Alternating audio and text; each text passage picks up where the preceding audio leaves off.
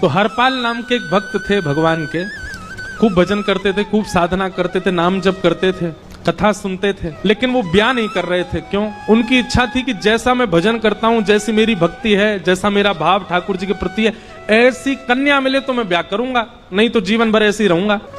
तभी उनके किसी रिश्तेदार ने आकर के बताया, बोले तेरे लायक कन्या मिल गई मुझको।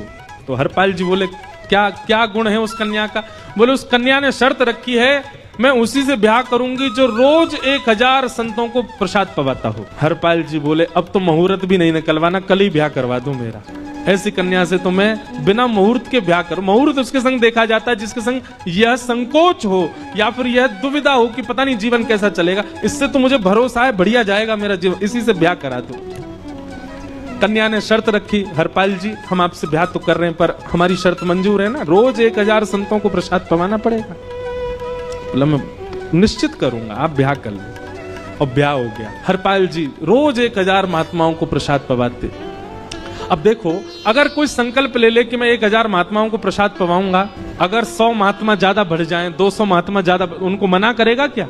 वो तो फिर अपराध बनेगा उससे। प्रसाद पवाने का संकल्प लिया तो जितने आए सबको बैठाने की जिम्मेवारी उसकी। ऐसी कथा में भी होता है, कथा में जितने लोग आए सबका स्वागत होना चाहिए, सबके लिए स्थान पर्याप्त होना चाहिए। कई जगह प्राइवेट कथा करा, हम तो मना कर देते, मत कराओ भैया, आपको अपराध लगेगा। क्यों? वैष्णव को पता चला कि कथा हो रही, वो सुनने आ गया, जगह नहीं मिली या फिर वो बैठ नहीं पाया, तो खाली रहे भले ही स्थान पर, फिर भी स्थान बड़ा रखो ताकि कोई भी आए तो कोई रहे ना कथा से। नहीं तो कथा कराने वाले को अपराध लगता है, वैष्णव बिना सुने चला गया।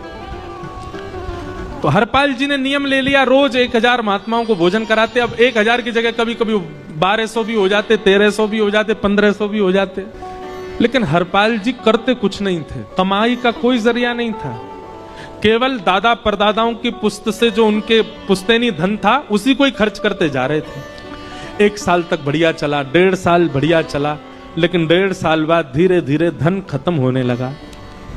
जैसे ही धन खत्म होने लगा, हरपाल जी बड़ी चिंता में आ गए, क्या करें? पत्नी को नहीं बताते थे। क्यों? बोले इससे तो शर्त लगी, इसको क्यों बताऊं अपना दुख, इससे तो शर्त मेरी यही शर्त थी कि रोज 1000 संतों को भोजन कराना। तो हरपाल जी ने बाहर जाते और दुकानदारों के यहाँ से जाकर के कर्जा लेने लगे। वो पुराने संपन्न थे तो किसी ने कर्जा देने से मना भी नहीं किया, सब देने लगे, बोले ले जा। इतना कर्जा कर लिया, 6-7 महीने तक कर्जे में भी उनके संत सेवा बंद नहीं हुई। 6-7 महीने बाद मांगने वालों ने मांगना शुरू किया, बोले हमारा दो, हमारा दो, हमारा दो, किसी का नहीं दे पाए। तो पूरे नगर में ये हो गया कि भैया हरपाल जी अब पहले जैसी स्थिति में नहीं है, कर्जा इनको देना बंद करो, ये देते ही नहीं है पैसा लौटा करके। सब बिगड़ने लगा, धन नष्ट हो गया, इज्जत चली गई।